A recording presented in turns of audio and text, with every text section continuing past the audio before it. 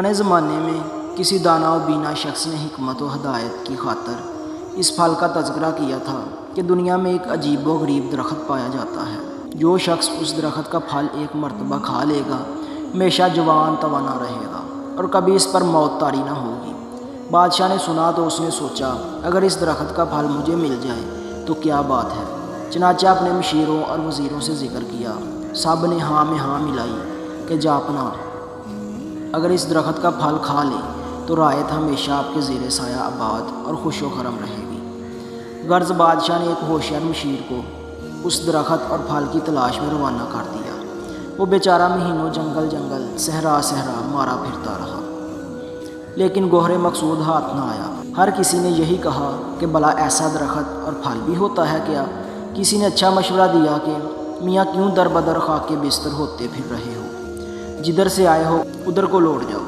وہ شخص اس طرح کی نت نئی باتیں سنتا اور اپنی ہنسی اڑواتا رہا، لیکن تھا دم کا بکا، ارادے میں خم نہ آنے دیا اور برابر کوہ دشت کی خاطر چھانتا آگے بڑھتا گیا۔ جب ایک برس بیت گیا، اس علاقے کے گوشے گوشے چپے چپے میں پھر چکا اور بقائے دوام کے شجر کا کہیں نشان نہ ملا۔ تب مایوس ہو کر اپنے وطن واپس لوٹنے لگا۔ اس قدر محنت اور تکلیف عقارت جانے سے رنج و غم کی کوئی انتہا نہ تھی۔ بدقسمتی پر آنسو بہاتا اور یہ سوچتا جا رہا تھا کہ بادشاہ کو کیا منہ دکھائے گا کہ راستے میں کسی نے بتایا کہ اس علاقے میں ایک آدمی رہتا ہے جو بہت دیندار ہے، مشہور ہے۔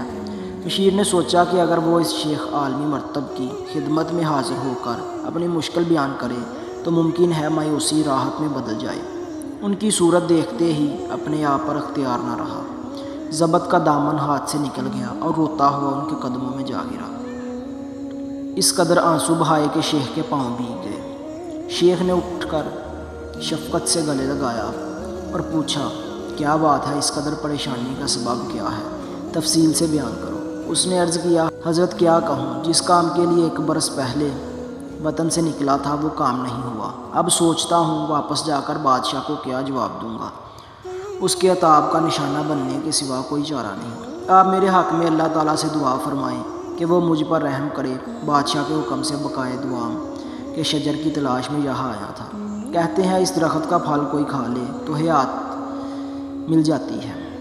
میرے ہاتھ کچھ نہ آیا، مہربانی فرما کر میری مشکل دور کر دے۔ یہ سن کر شیخ ہنس پڑے اور کہا، سبحان اللہ، بھائی تو نے بھی سادہ لو کی حد کر دی۔ ارے اتنا وقت خواہ خواہ ضائع کیا، پہلے ہی میرے پاس چلا آتا اور معلوم کر لیتا۔ اب گوشے ہوش سے سن کہ وہ شجر کتاب ہے اور اس سے حاصل ہونے والا پھل علم ہے۔